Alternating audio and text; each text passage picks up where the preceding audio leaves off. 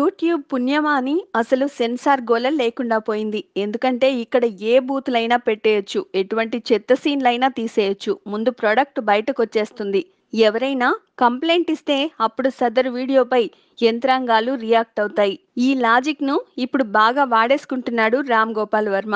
Already మనోడు సంచలనాలకు కేంద్ర బిందువు. కాబట్టి ఇప్పటివరకు తాను వెండితెరపై తీయలేకపోతున్నాను అని చెబుతూ ఒరిజినల్ ముంబై మాఫియా కథ అంటూ గన్స్ అండ్ థైస్ అని ఒక వెబ్ సిరీస్ తీశాడు వర్మ. ఈ సిరీస్ ట్రైలర్‌ను రిలీజ్ చేశాడు. జనాలను చంపడం, చిన్నపిల్లల ముఖాల మీద రక్తం చిమ్మేలా చేయడం వర్మకు కొత్త కాదులే. కాకపోతే ఈసారి తన ఫేవరెట్ గ్లామర్ విషయం శృతి మించేశాడు. ఒక గ్యాంగ్‌స్టర్‌తో పడకలో ఉన్న ఒక అమ్మాయిని ఏకంగా పూర్తి నగ్నంగా ముందు నుండే చూపించేశాడు వర్మ. ఇక బూతుల విషయానికొస్తే హిందీలో ఎన్ని చెత్త పదాలు ఉన్నాయో అన్నీ వాడించేశాడు. మొత్తంగా బూతు పురాణం ప్లస్ బ్లూ ఫిలిం కలిపి తీసినట్లున్నాడు వర్మ. ఇక కథ విషయానికొస్తే మనోడు ఎప్పుడూ తీసే ఆ సత్య సినిమానే అటు ఇటు మార్చి మళ్ళీ తీసేశాడు.